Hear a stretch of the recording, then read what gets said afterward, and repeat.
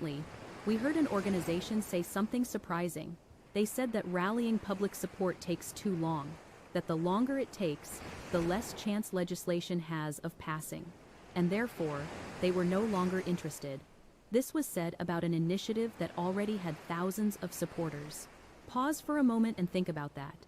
An organization created to advance naturism, rejecting a serious, free, legislative tool, not because it is flawed, but because it requires time.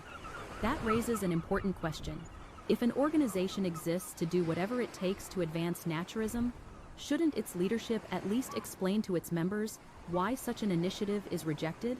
Not with dismissive statements, not with quiet withdrawal, but with transparency, because real advocacy does not deliver results in a day or a month, sometimes not even in a year.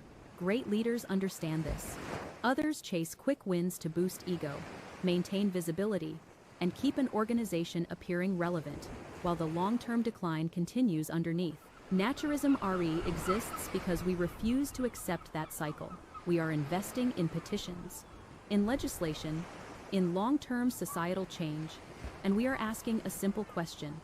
If there were a tool that significantly improved the chance of protecting nudism and naturism in your country or state, if that tool were free, if there were an organization on call to help adapt it to your jurisdiction, would you expect your naturist organization to at least examine it and explain their decision to you?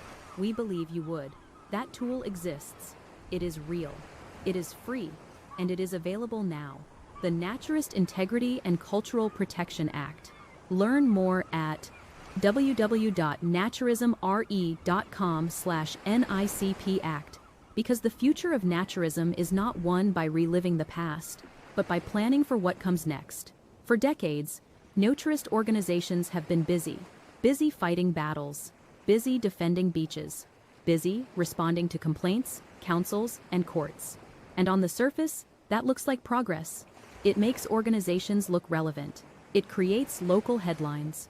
It generates a few social media likes. But let's be honest with ourselves. Years pass, generations change, and the same battles are fought again and again and again. Different year, different council, same argument. In the meantime, naturism quietly loses ground. That is why naturism has stagnated for decades. Some organizations celebrate a small local win as if it were a final victory.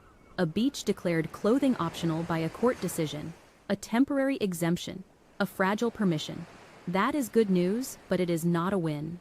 Because anything granted locally, without higher protection, can be taken away again.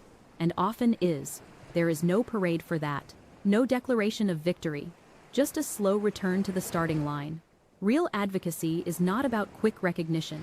It is not about appearing in tomorrow's paper.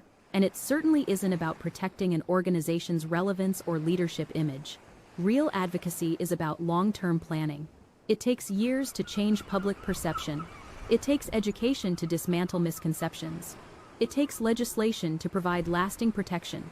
And when we say education, we do not mean a stylized caricature telling the already converted that naturism is a fun lifestyle. That changes nothing. Real education is directed at the broader population, at decision makers, at institutions, at the legal framework itself.